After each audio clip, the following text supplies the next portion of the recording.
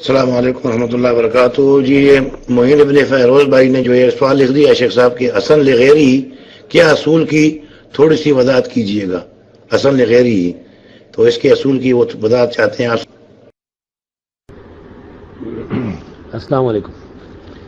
حسن لغیری یہ اصطلاح جو ہے نا یہ جدید اصطلاح ہے. یعنی ہمارے جو سلف صالحین تھے نا خیر القرون کے اس دور میں یہ اصطلاح ہمیں ملتی نہیں. صرف امام ترمذی کے عمل سے لوگوں نے کوئی استدلال کیا ہے کہ وہ حسن لغیری روایت کو بھی قائل تھے. تو اب یہ جو ہماری اصول کی کتابیں ہیں نا اصول حدیث کی، چاہے وہ امام شافعی کی کتاب و رسالہ ہو، چاہے خطیب بغدادی کی الکفایہ ہو، چاہے وہ حاکم کی معرفت علوم الحدیث ہو یا مقدمہ ابن صلاح ہو، یہ جتنی کتابیں ان میں حسن لغیری کی کا ذکر موجود نہیں ہے. صحیح اور حسن کا ذکر تو ہے، حسن لغیری کا نہیں. اب حافظ ابن حجر اور بعض متاخرین نے جو حسن لغیری کی بات کہی ہے نا اس کی دو قسمیں. ایک یہ کہ ایک روایت جو ہے وہ آپ نے ابو داؤد کھولی ہوئی ہے نا، مثلا ابو داؤد میں یہ آتا ہے کہ نبی صلی اللہ علیہ وسلم نے فرمایا کہ جو آدمی وضو کرنے سے پہلے بسم اللہ نہیں پڑھتا اس کا وضو نہیں ہوتا. اس کی سند ضعیف ہے. اب یہی روایت جو ہے وہ سنن ابن ماجہ میں موجود ہے دوسرے صحابی سے دوسری سند کے ساتھ. یہ سند حسن لذاتی ہے. تو اب ایک جو حسن لذاتی روایت ہے اور ایک دوسری کتاب میں ضعیف ہے، دونوں کا مفہوم ایک ہے، مضمون ایک ہے، الفاظ ایک ہے، معنی ایک ہے، تو پھر یہ جو دوسری روایت ہے وہ بھی حسن لغیری بن جاتی ہے. یہ تو ٹھیک ہے، اسے تو میں بھی صحیح مانتا ہوں.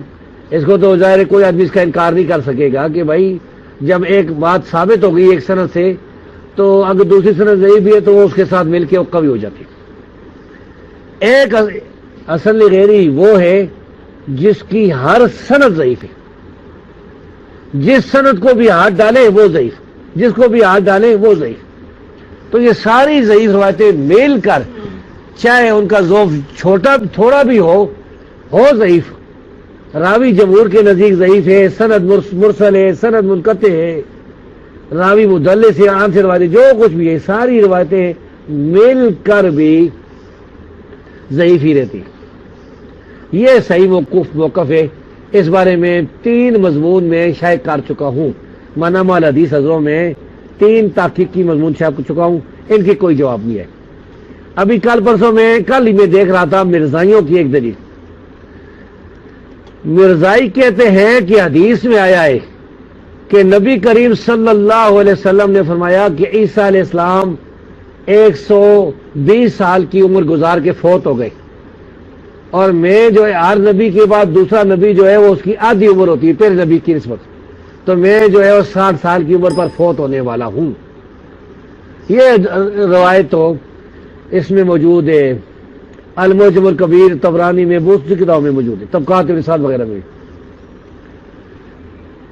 خبیب احمد نام کا ایک آدمی ہے، ایک لڑکا ہی ہے بیچارہ، ایک عام آدمی ہے. اس نے ایک مضمون لکھا تھا جسے ہم نے الحدیث میں حضروں میں شائع کیا تھا. اس میں اس نے اس حدیث کی بہت سی سندیں اکٹھی کر کے سب پر جرح کر دیے. یہ بھی ضعیف ہے، اس میں فلان راوی ضعیف ہے، اس میں وہ پتہ نہیں محمد بن عبداللہ بن عمر بن عثمان ضعیف ہے، اس میں سند مرسل ہے، اس کی سند مرسل ہے فلاں. تو میں کل سوچ رہا تھا کہ یہ تو پھر وہ جو لوگ کہتے ہیں نا کہ ضعیف جمع ضعیف مل کر حسن لغیری بن جاتی ہے، حجت بن جاتی ہے، ان کے اصول پر تو یہ حسن لغیری بن گئی، حجت بن گئی. اب تو ظاہر ہے کہ خبیب صاحب اور اس کی پارٹی والوں کو چاہیے کہ وہ کہیں کہ بھائی یہ تو روایت اب جمع تفریق کر کے حسن لغیری بن گئی، حجت بن گئی. تو خلاصہ یہ ہے کہ یہ بات غلط ہے. ضعیف روایت ضعیف ہی رہتی ہے، ضعیف جمع ضعیف ہوتا ہے، کچھ بھی فائدہ اس کا نہیں ہو سکتا.